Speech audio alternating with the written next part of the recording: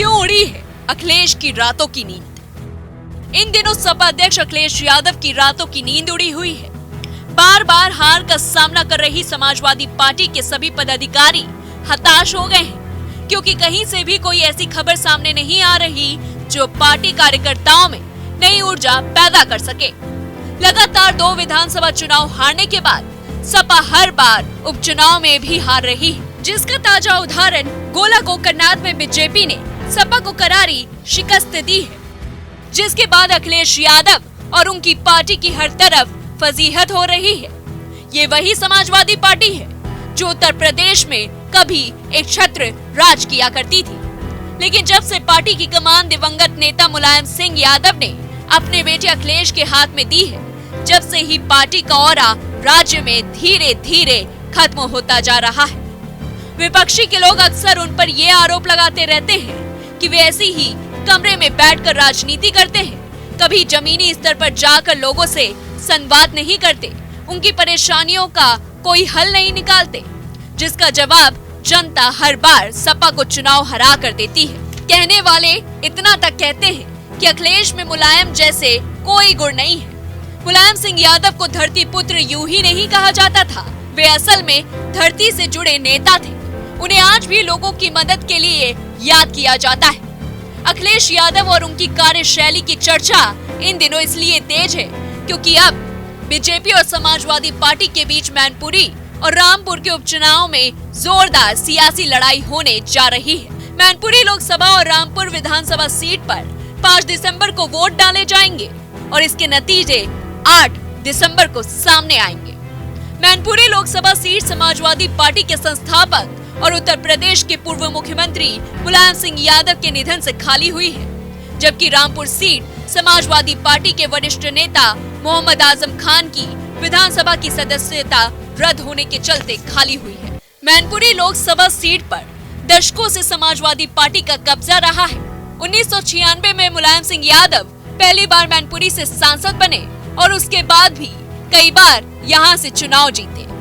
BJP ने ऐलान किया है कि वह मैनपुरी और रामपुर सीट पर पूरी ताकत के साथ चुनावी लड़ाई लड़ेगी और जीतेगी भी, क्योंकि ये दोनों सीटें सपा के कब्जे वाली है। और मैनपुरी लोकसभा उपचुनाव में अपर्णा यादव भाजपा प्रत्याशी हो सकती है। अपर्णा यादव ने गृह मंत्री अमित शाह से मुलाकात की है।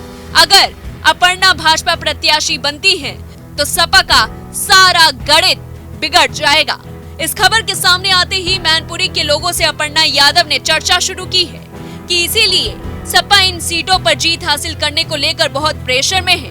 ये प्रेशर इसलिए भी ज्यादा है क्योंकि अखिलेश खुद उपचुनाव में अपनी आजमगढ़ लोकसभा सीट गंवा चुके हैं। मुलायम सिंह यादव समाजवादी पार्टी के संस्थापक होने के साथ ही उत्तर प्रदेश के बड़े नेता भी थे, इसीलिए सपा को इस सीट पर सहानुभूति के वोट भी मिलेंगे। लेकिन बड़ा सवाल ये है कि सपा मैनपुरी सीट पर किसे उम्मीदवार बनाएगी। टिकट को लेकर पार्टी में गहमा-गहमी है। पार्टी सूत्रों का कहना है कि किसी परिवार के सदस्य को ही टिकट दिया जाएगा।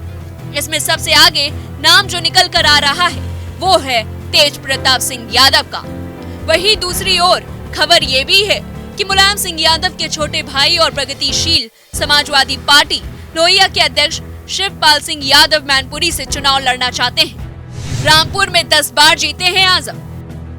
सपा के दिग्गज नेता आजम खान रामपुर विधानसभा सीट से 10 बार विधायक रह चुके हैं। उनके बेटे अब्दुल्ला आजम इसी जिले की स्वार टांडा सीट से विधायक है। आजम की पत्नी तंजीन फातिमा भी रामपुर सीट से सपा के टिकट पर विधायक रह चुकी है। रामपुर सीट पर मुस्लिम मतदाता निर्णायक भूमिका में है। बीजेपी लोकसभा उपचुनाव में रामपुर सीट पर जीत हासिल कर चुकी है, लेकिन विधानसभा उपचुनाव को जीतना उसके लिए आसान नहीं है। सपा के लिए सीट पर जीत का दारोमदार आजम खान के ही कंधों पर है। यहाँ आजम के करीबी किसी नेता को ही सपा टिकट देगी, लेकिन देखना होगा कि बीजेपी क्या इस विधानसभा सीट पर पहली बार कमल खिला पाएगी, और अगर इस सीट पर भाजपा का कमल खिला तो ये जग जाहिर हो जाएगा कि अब सपा मुस्लिमों को साधने में लगी भाजपा। बीजेपी 12 नवंबर को रामपुर में मुस्लिम सम्मेलन करने जा रही है। इस सम्मेलन में पूर्व केंद्रीय मंत्री मुख्तार अब्बास नकवी और योगी सरकार के बड़े मंत्री शामिल होंगे। बीजेपी ने हाल ही में पसमानदा मुसलमानों तक अपनी पहुंच बढ़ाने के लिए कई सम्मेलन किए हैं। अगर बीजेपी का ये सम्मेलन सफल हो गया तो रामपुर में भी कमल खिल जाएगा, जिससे सपा की और फजीहत होगी।